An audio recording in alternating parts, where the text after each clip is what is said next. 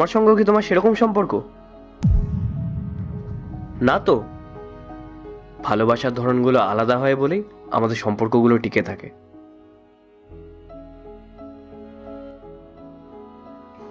দেখো পায়েল, ইন্দ্রর প্রতি তোমার যে ভালোবাসাটা সেটা পবিত্র, সেটা আমি জানি। দেখো, আমি তোমাকে চিনি, কিন্তু বাইরের জগৎ কিংবা স্নেহার মতন কেউ যখন এটাকে দেখবে তখন তারা সেটাকে অন্যভাবে বিচার করবে। দেখো, স্নেহা অন্য বাড়ি থেকে এসছে। ও চায় ওর স্বামীর ওপর শুধু ওরই অধিকার থাকুক।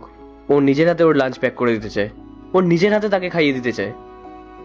তুমি যদি আগে থেকে ওর এই সুযোগগুলোকে কেড়ে নাও, তাহলে কি একজন স্ত্রী হিসেবে ওর রাগ হওয়াটা খুব অস্বাভাবিক?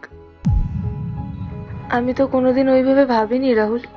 হ্যাঁ, সেটাই তো বলছি। তুমি যদি ইন্দ্রর মঙ্গল চাও, তাহলে তুমি সরাসরি ওকে না বলে তুমি স্নেহাকে দিয়ে ওকে বলাও না।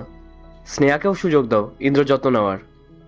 মনে রেখো পায়েল, অতিরিক্ত ভালোবাসা এবং অতিরিক্ত মায়া অনেক সময় সম্পর্কগুলোর শ্বাসরোধ করে দেয়।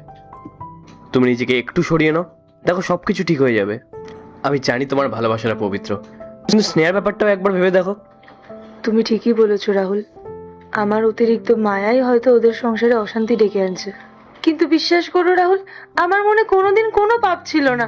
আমি তো শুধু ওর একটু ভালোই চেয়েছি। কিন্তু আমি এখন বুঝতে পারছি আমার নিজেকে বদলে ফেলাটা খুব দরকার। আর আমি তোমাকে কথাও দিচ্ছি, আমি নিজেকে ওর থেকে দূরে রাখবো। এই তো, লক্ষ্মী মেয়ে। সম্পর্ক বাঁচাতে গেলে মাঝে মাঝে এরকম দূরত্ব তৈরি করা প্রয়োজন হয়।